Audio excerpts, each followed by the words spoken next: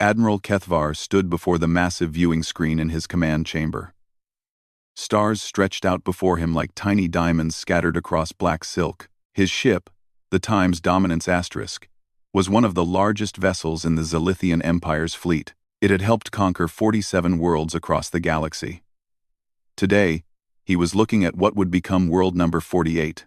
The small yellow star ahead held 9 planets. The third planet was blue and green, covered in water and land. This was Earth, home to the humans. Kethvar's 4 eyes moved across the data screens that surrounded him. His scaled hands touched the controls as he reviewed the scout reports. Such a young species, he said to his second-in-command, Colonel Vextar. They have barely left their home world. Their technology is so basic. Vextar nodded his large head. His purple skin showed agreement markings. The scouts say they still use chemical rockets, Admiral. Chemical rockets? We stopped using those 3,000 years ago. Kethvar laughed, a sound like grinding metal. Look at their weapons. They still use bullets and explosives. Some of them even fight with knives. How did such a primitive species survive this long? The reports painted a clear picture. Humans had only been in space for about 70 years. They had sent a few small ships to their moon and nearby planets. Their largest space station was tiny compared to Zilithian outposts. Most humans still lived on their home planet, fighting endless wars with each other. They fight constantly, Vextar observed, reading another report. Nation against nation, group against group. They cannot even unite their own species. How could they possibly resist the Empire? The data showed human conflicts spanning centuries. Wars over land, resources, beliefs, and power. The humans seemed to spend more time fighting each other than developing their technology. Their planet was divided into hundreds of separate governments. They spoke different languages and followed different customs. Perfect, Kethvar said. A divided species is easy to conquer. When we attack, they will probably surrender immediately. Some might even help us if we promise them power over their enemies.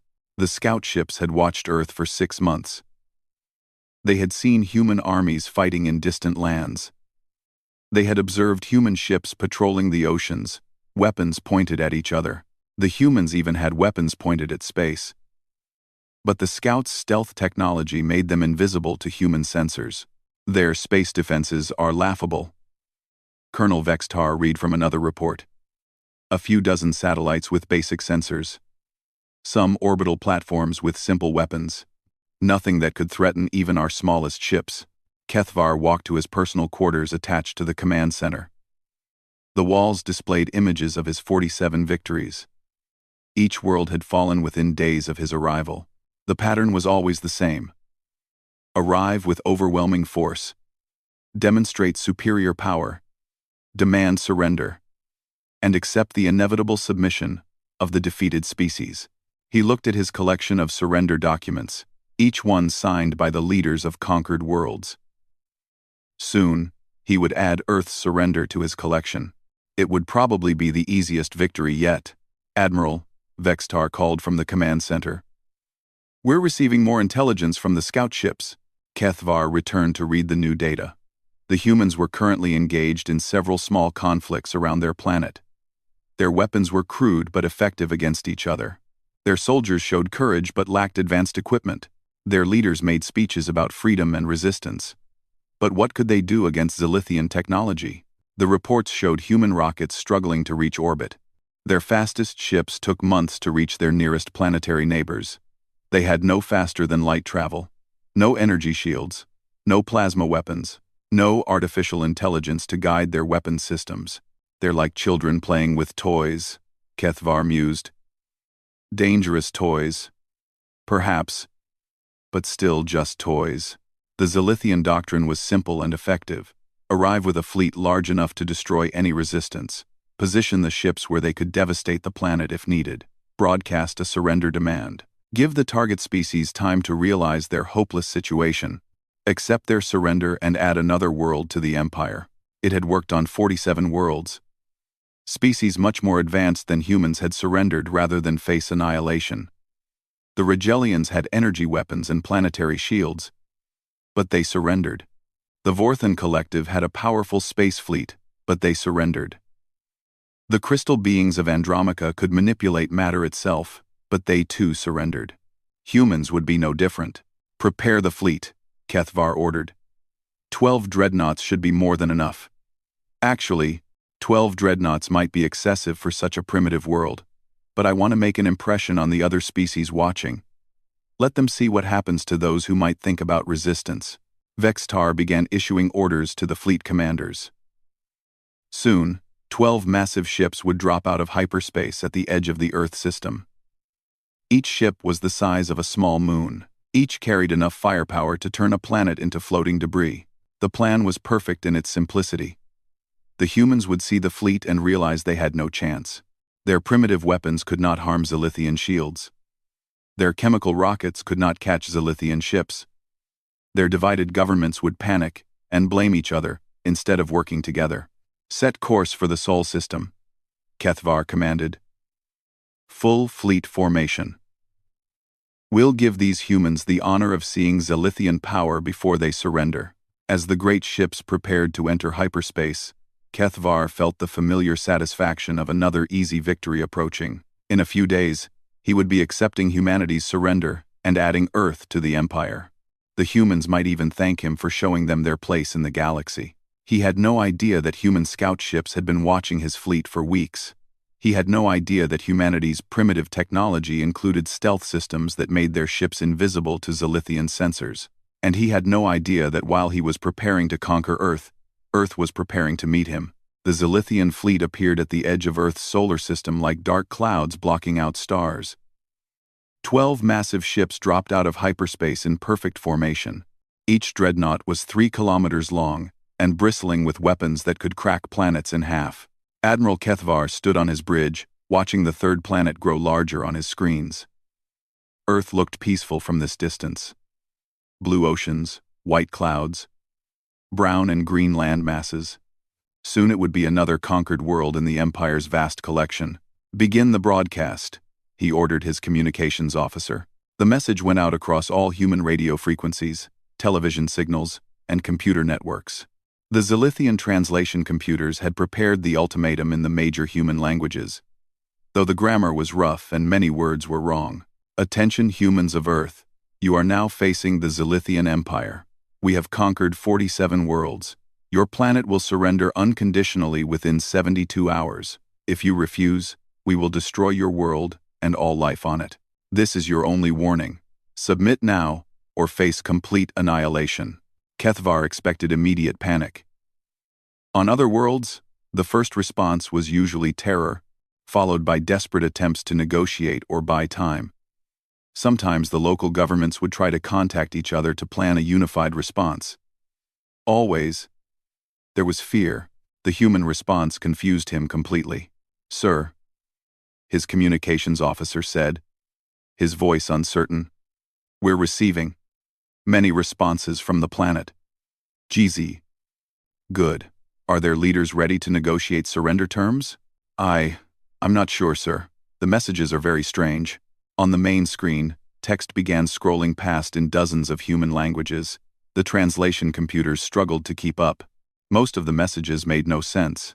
From the nation called United States. Is this a joke? Did Russia hack our satellites again?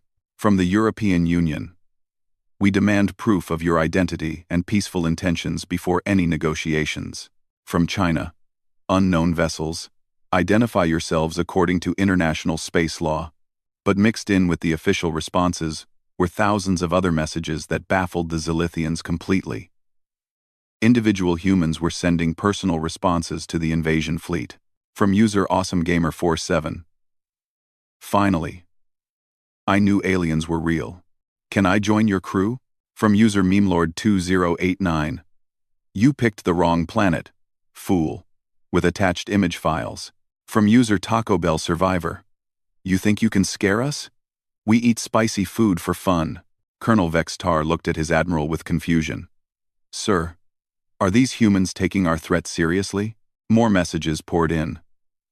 Some humans were sharing pictures of their weapons and vehicles, as if challenging the fleet to a fight. Others were making jokes about the invasion. Many were sharing something called memes, images with text that the translation computers couldn't properly understand. From user Alien Hunter 92. Been waiting for this my whole life. Come at me. Space lizards. From user Science Mom. My daughter wants to know if you need help with your grammar. She's in 3rd grade. 5 Kethvar's confusion grew. Are they mocking us? Do they not understand what's about to happen to them? The official government responses were more typical, but still strange. Instead of immediate panic, human leaders were demanding proof, asking for credentials, and arguing about jurisdiction. Some governments were actually arguing with each other about who should respond to the aliens. From the United Nations, any extraterrestrial contact must go through proper diplomatic channels.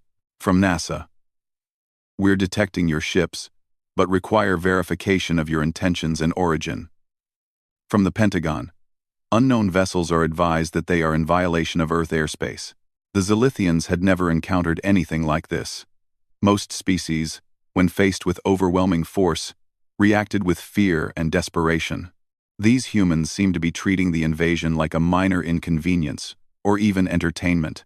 Sir, we're receiving what appears to be song requests, the communications officer reported, and invitations to something called barbecue parties. Also, several humans are asking if we accept cryptocurrency as payment for what they call alien tours. Kethvar's patience was running thin. Do they think this is some kind of game? Have they lost their minds with fear? But the strange responses continued. Human news networks began broadcasting special reports about the invasion, complete with expert panels discussing alien diplomacy and first contact protocols. Some humans were actually excited about meeting aliens. Others were making jokes about it. From user Deep Space Dad. Honey, the aliens are here for dinner. Should I get the good plates? From user Xeno Expert. Rate my planet. 5/10. Needs more parking. As the hours passed, the responses became even more bizarre. Humans were sharing their own pictures of space, their own spacecraft designs, and even their science fiction movies. Some were offering to trade Earth music and food for alien technology. They're sharing entertainment about space invasions, Vextar observed. They have hundreds of stories about aliens attacking their world. Entertainment? Kethvar asked. Yes, sir. Fictional stories. They seem to enjoy imagining alien invasions as entertainment. Many of their heroes defeat alien invaders in these stories. This was unprecedented. The humans were treating a real invasion like one of their fictional stories.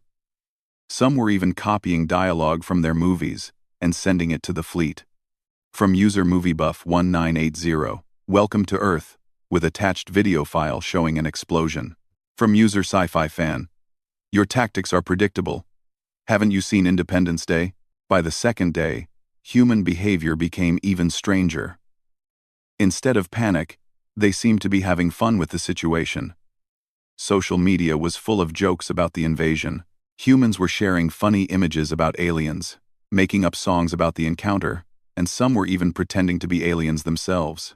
Sir, the communications officer said, we're receiving what appears to be food delivery offers.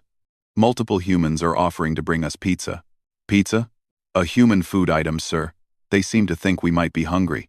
Kethvar had conquered 47 worlds. He had faced desperate resistance, passionate speeches about freedom, and even suicidal attacks by species protecting their homes. But he had never faced an entire planet that seemed to think an invasion was amusing. Perhaps they're in shock, Vextar suggested. Some species react to extreme fear with inappropriate behavior. For 72 hours? Kethvar asked. When the deadline expired, there had been no formal surrender. No unified response from human governments. No pleas for mercy. Just thousands of strange messages, jokes, and invitations to parties. The humans seemed to be waiting for something, but not rescue. They were waiting like people watching an interesting show, curious to see what would happen next. Sir, Should we begin the demonstration attack? Vextar asked. Kethvar looked at the peaceful blue planet below. The humans had shown no fear, no respect for Zilithian power, and no understanding of their situation. It was time to teach them the consequences of their attitude. Target their military command center. One planet cracker beam should get their attention, but as his ship charged its main weapon, Kethvar couldn't shake the feeling that something was very wrong with this entire situation. The planet cracker beam launched from the Time's dominance times like a spear of pure energy. It was the same weapon that had shattered mountains on Rigel Prime and melted the crystal cities of Andromaca. The beam could punch through any known shield and turn solid rock into glowing plasma. Admiral Kethvar watched the energy strike Earth's surface, aimed directly at the human military installation called NORAD. This would show the humans what Zilithian power could do. This would make them understand their mistake. The beam struck and disappeared. What? Kethvar stared at his screens. Where did it go? Instead of an explosion that should have carved a crater 50 kilometers wide, there was nothing. The beam had simply vanished, as if Earth had swallowed it whole. Then the planet began to glow. A shimmering barrier of energy rose from Earth's surface, growing stronger and brighter as Kethvar watched. The barrier wrapped around the entire planet like a soap bubble made of starlight. His ship's sensors screamed warnings as they detected power readings that shouldn't be possible. Sir, Colonel Vextar shouted from his station. Energy signatures all over the planet. Massive power sources activating everywhere. On the display screen, Earth transformed before their eyes. What had looked like a primitive world covered in cities and forests now revealed its true nature. Structures that had appeared to be simple buildings dropped their disguises and stood revealed as massive defense towers. Each tower was larger than a Zilithian dreadnought. How many are there? Kethvar demanded. Counting now, sir. I count over 2,000 major installations. No. Wait. 3,000. Sir. They're everywhere. Every continent, every major island, under the oceans. The International Space Station, which their scouts had reported as a small research facility, began to unfold like a metal flower. Panels opened, sections extended, and weapon arrays emerged. Within minutes, it had grown from a tiny outpost into a battle station that dwarfed anything in the Zilithian fleet. Sir, we're detecting movement all over the planet, the sensor operator reported. Underground facilities opening, ocean platforms rising, mountain installations activating. But the real shock came from space itself. Objects that had registered as simple communications satellites began to change. One by one, they revealed their true forms. Stealth fields dropped away to show hunter-killer drones, weapons platforms, and shield generators. There were thousands of them, hidden in plain sight. How did we miss all this? Vextar asked in horror. Because they wanted us to miss it, Kethvar realized. They've been hiding their true capabilities. The human response came across all communication channels, broadcast with technology that was clearly far superior to anything the Zilithians possessed. The signal was crystal clear, perfectly translated into Zilithian language, and transmitted with enough power to reach every ship in the fleet simultaneously. Attention Zilithian Empire. This is Admiral Sarah Chen of the Earth Defense Force. Your attack has been noted and your intentions recorded. Please stand by while we prepare our response. The voice was calm, almost polite. But Kethvar could hear something underneath the politeness that made his scales crawl. It was confidence. Complete, absolute confidence.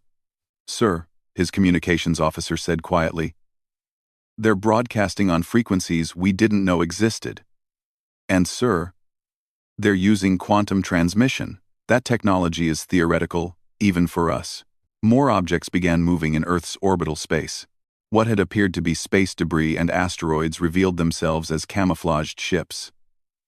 They moved with purpose and precision, taking positions around the Zilithian fleet with speeds that defied physics. How are they moving so fast? Kethvar asked. Unknown, sir. Our sensors can barely track them. They're using some kind of gravity manipulation we've never seen before. The truth hit Kethvar like a physical blow. The primitive rockets the scouts had observed were decoys. The real human ships had been invisible, watching and waiting. The chemical fuel signatures his scouts detected were fake. The humans had been deliberately showing them obsolete technology while hiding their true capabilities. "Sir, we're receiving another transmission." Admiral Chen's voice came through again, still perfectly calm. "We've been aware of your empire for 37 years. We've studied your expansion pattern, analyzed your tactics, and prepared accordingly. Your scout ships were detected the moment they entered our system. We've been watching you watch us." The display screens in Kethvar's command center lit up with new information. Star charts showing Zilithian positions throughout the galaxy. Detailed analyses of every battle the Empire had fought. Tactical assessments of every ship class in their fleet. The humans knew everything. "Your method of conquest is effective but predictable," Admiral Chen continued. "Arrive with overwhelming force. Demonstrate superior firepower. Demand surrender. You've used the same strategy on 47 worlds. We've had decades to prepare for exactly this scenario." Human ships began emerging from Earth's shadow. Not the crude chemical rockets the scouts had reported, but sleek vessels that moved like living things. They were smaller than Zilithian dreadnoughts, but radiated power signatures that made Kethvar's sensors overload. "Sir, those ships, they're using antimatter drives, and something else, some kind of space-time manipulation I don't understand." "How many ships are there?" I can't get an accurate count, sir. They keep appearing from nowhere. At least 50. No. Wait. Over 100 now, sir. I think they're coming out of some kind of dimensional space." The human fleet moved with perfect coordination. No radio chatter, no visible command signals. Just flawless teamwork that spoke of either highly advanced artificial intelligence or a level of training that put Zilithian forces to shame. "Admiral Kethvar," came Admiral Chen's voice again. "You're probably wondering how a primitive species developed such technology. The answer is simple. We're not primitive. We've been spacefaring for far longer than your scouts observed. What you saw was what we wanted you to see." Images began appearing on Kethvar's screens.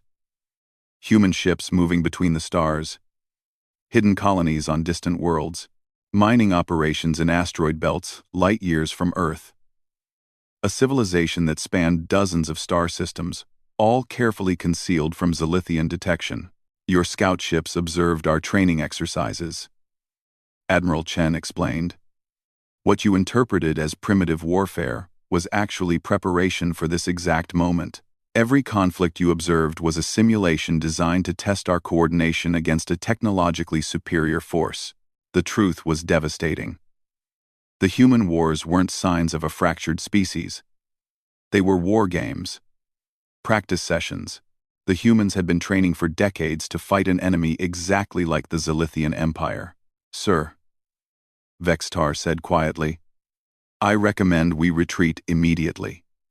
But when Kethvar tried to order his fleet to withdraw, he discovered that human ships had positioned themselves perfectly to block every escape route. They weren't trapped by superior numbers. They were trapped by superior tactics. Admiral Kethvar, Admiral Chen's voice, had lost its politeness. Now it carried the cold authority of someone who held all the advantages. "You came here to conquer Earth. Instead, you've given us a reason to leave our home system and introduce ourselves to the galaxy. For that, we thank you." The human fleet began moving closer. And Kethvar realized that his 12 dreadnoughts, which had conquered 47 worlds, were now completely outmatched by a species they had dismissed as primitive children playing with toys. Admiral Kethvar had commanded fleets for 3 decades. He had fought battles across the galaxy and never lost a single engagement. But as he watched the human ships move around his fleet, he realized he was facing something completely new. "All ships, battle formation," he ordered. "Activate shields and prepare to fire." The 12 Zilithian dreadnoughts moved into their traditional attack pattern. It was a formation that had broken the defenses of 47 worlds. Each ship positioned itself to provide maximum firepower while protecting the others. Their shields glowed with energy that could deflect planet-killer weapons. The The human response was immediate and terrifying. Instead of forming their own battle line, the human ships split into small groups.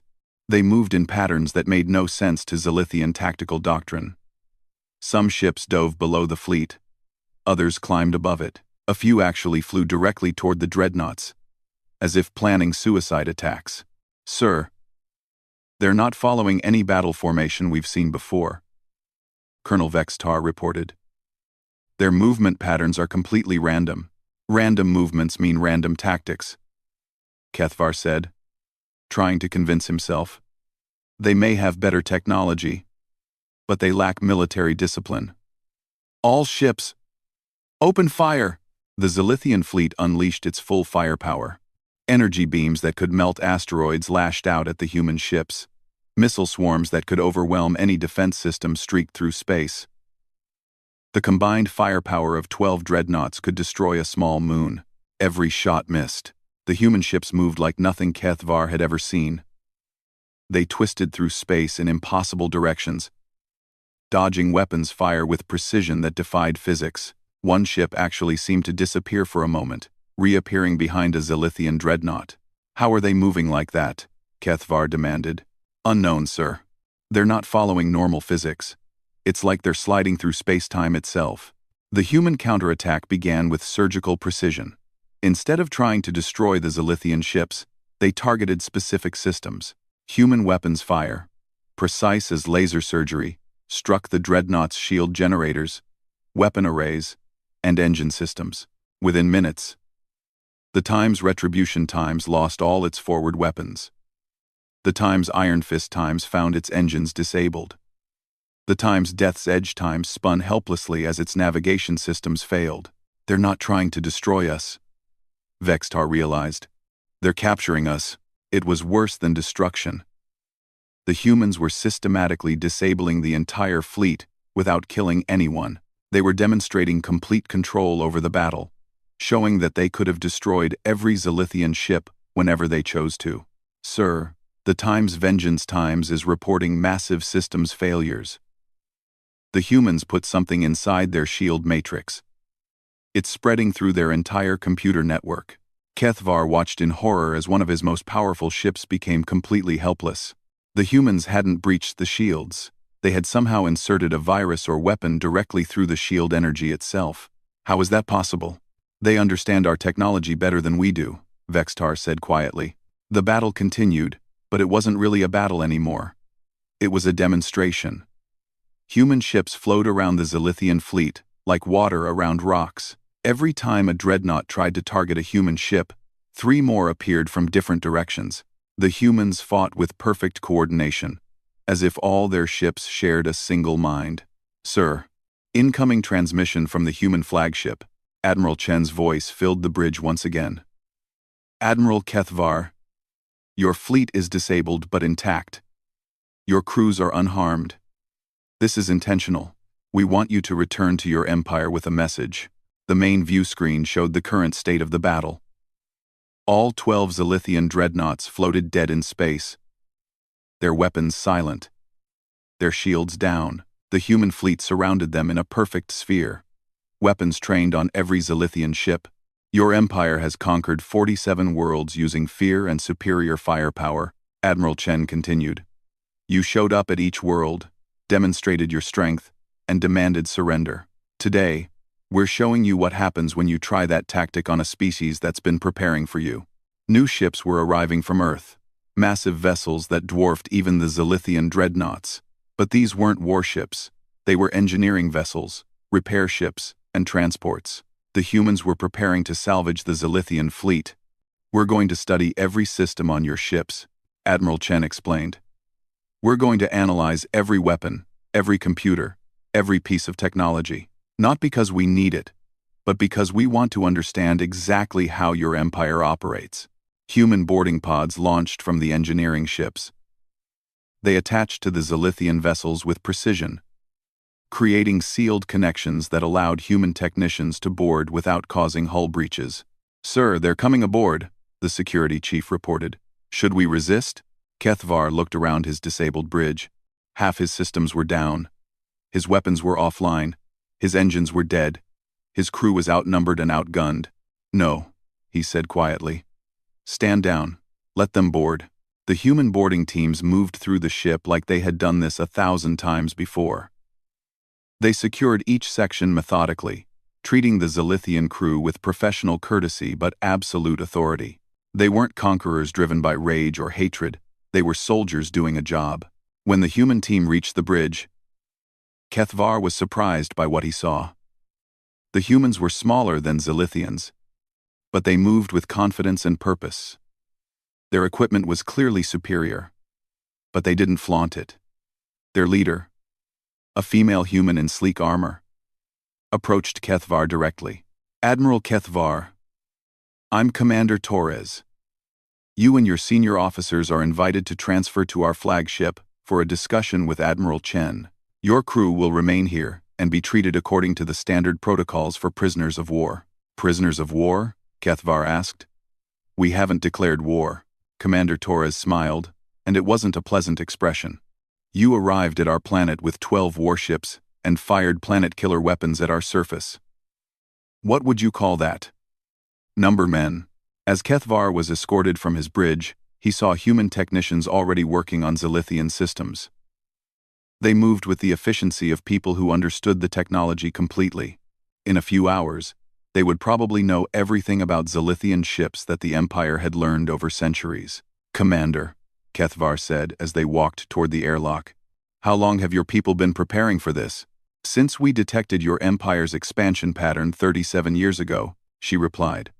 "We've been studying every species you've conquered, analyzing every battle you've fought, and preparing for the day you arrived at Earth." 37 years? Admiral Chen will explain everything. But I will tell you this.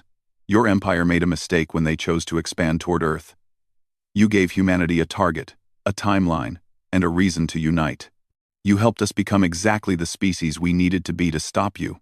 As they transferred to the human ship, Kethvar realized that his 47 victories meant nothing now. The Zilithian Empire had finally met a species that was not only technologically superior, but had spent decades specifically preparing to defeat them.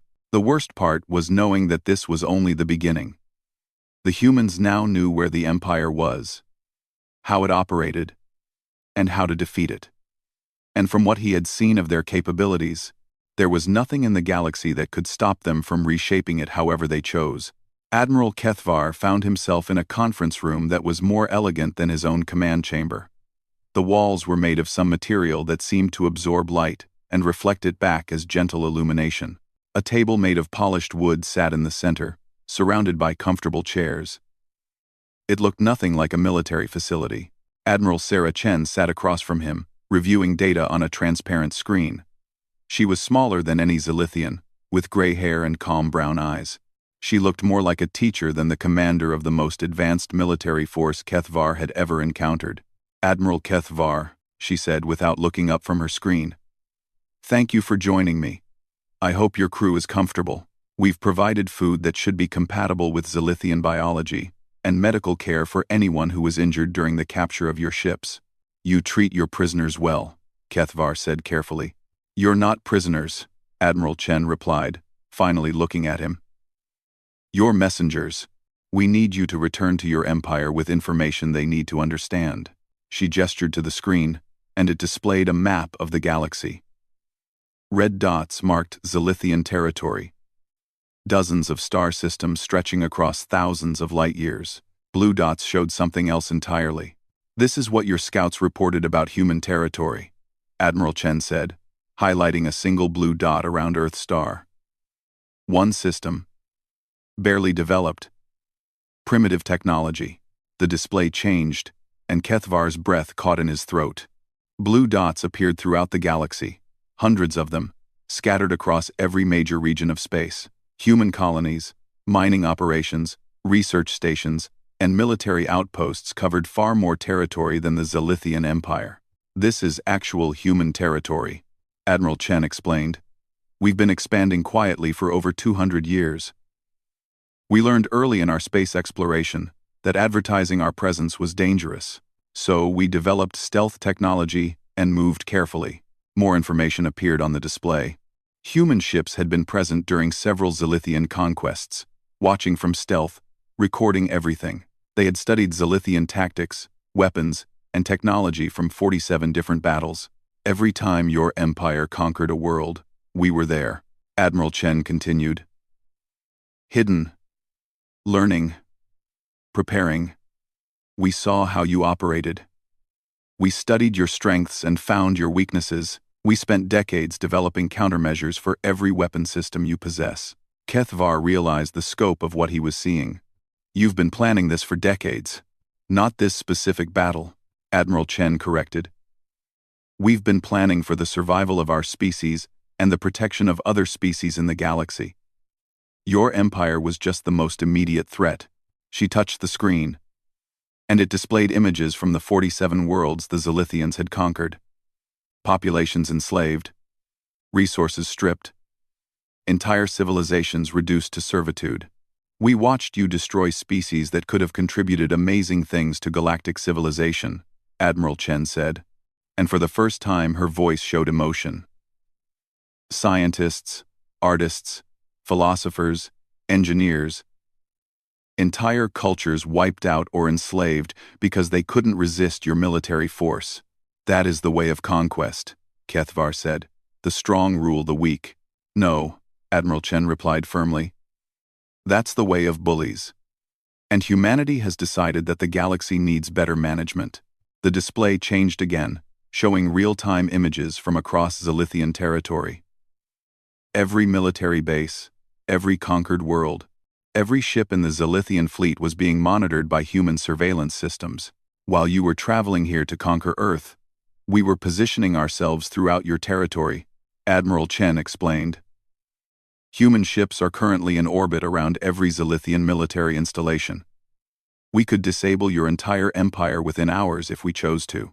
Kethvar felt cold terror creeping up his spine. You mean, your empire no longer exists as an independent military force, Admiral Chen said calmly. But we're not interested in conquest. We're interested in liberation and rehabilitation. A new message began broadcasting across the galaxy on every communication frequency.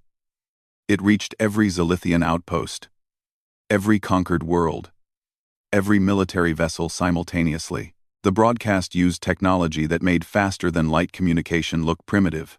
Attention, species of the galaxy, Admiral Chen's voice said across the stars. This is Admiral Sarah Chen of the Terran Defense Force. The Zilithian Empire's military forces have been neutralized. All conquered worlds are hereby placed under Terran protection. Zilithian military personnel have 72 hours to evacuate all occupied territories and return to your home systems. Kethvar watched his empire collapse in real time. On the display, human ships appeared around Zilithian installations throughout the galaxy. Not attacking, not destroying, just appearing, demonstrating that they could be anywhere they chose to be. The 47 species enslaved by the Zilithian Empire are now free. The broadcast continued. Terran assistance will be provided for rebuilding, medical aid, and technological development. Any Zilithian personnel who remain on conquered worlds after the deadline will be considered to be choosing exile from their home empire. You're dismantling everything we built in centuries of conquest, Kethvar said quietly. We're fixing everything you broke in centuries of conquest, Admiral Chen corrected. The Rigelians will get their energy research facilities back. The Vorthans will rebuild their cultural centers. The crystal beings of Andromaca will restore their art galleries. All the things your empire destroyed or enslaved will be given the chance to flourish again. The broadcast wasn't finished. To the Zilithian Empire, your expansion is over. Your military conquest of other species is finished. However, you are welcome to join the galactic community as equals. Terran technology, medicine, and resources are available to any species that chooses peaceful cooperation over violent conquest. Admiral Chen turned off the display and looked directly at Kethvar. Your people have a choice, Admiral. You can continue trying to rule through fear and force, or you can learn to contribute to galactic civilization instead of dominating it. And if we refuse? Kethvar asked. Then you'll discover that the same species that spent 37 years preparing to defeat you also spent that time developing ways to contain you, Admiral Chen replied. We prefer cooperation, but we're prepared for anything. Guards entered the room. Human soldiers in advanced armor that made them look like technological angels. But they weren't there to threaten Kethvar. They were there to escort him back to his ship. You and your fleet will be returned to Zilithian space, Admiral Chen said. Your ships will be repaired, and your crews will be unharmed. Tell your empire what you've seen here. Tell them that humanity offers partnership to any species willing to abandon conquest and embrace cooperation. As Kethvar was led back to his ship, he realized that everything had changed. The Zilithian Empire had sought to add humanity to their collection of conquered species. Instead, they had awakened a force that was reshaping the galaxy, according to entirely different principles. His ship was indeed repaired. Better than repaired. Human engineers had not only fixed the damage from the battle, but had upgraded several systems. The engines were more efficient, the life support was improved, and the computers ran smoother than they ever had before. As the Zilithian fleet prepared to leave Earth's system, Kethvar looked back at the blue and green world one last time. It looked the same as when he had arrived. Peaceful and beautiful, but now he knew the truth behind that peaceful appearance.